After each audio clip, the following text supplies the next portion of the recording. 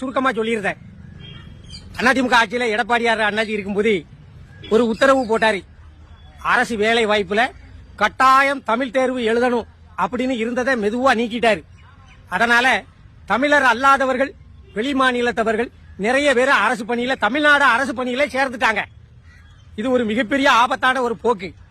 இதை திமுக ஆட்சிக்கு வந்த பிறகு மெதுவா ரகசியமா அந்த ஆர்டரை க்ளோஸ் பண்ணி கட்டாய தமிழ் தேர்வு கொண்டு வந்துட்டாங்க. இப்ப அதெல்லாம் தடுக்கப்பட்டிருக்கு. வெளி மாநிலத்திலிருந்து நம்ம தமிழ்நாடு அரசுல பணிபுரிகிற நிலைமை தடுக்கப்பட்டிருக்கு.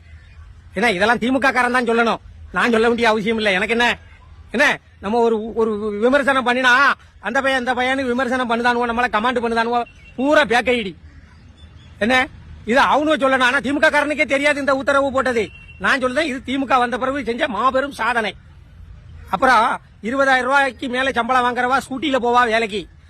என்ன 40,000 ரூபாய் சம்பளம் வாங்குறவா கார்ல போ, கேப் புக் பண்ணி போவா. 60,000-70,000 ரூபாய் சம்பளம் வாங்குறவா டாக்ஸில போவா, சொந்த கார்ல.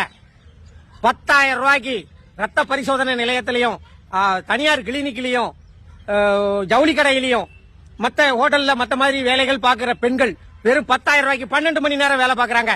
இவங்க எதுல போவாங்க? அதனால மகளிர் பேர் ஒரு அருமையான திட்டம். இது முடிஞ்சது. இனி யாருக்கு ஓட்டு போடணும்னு கேட்டிருந்தாங்க. யாருக்கு ஓட்டு போட?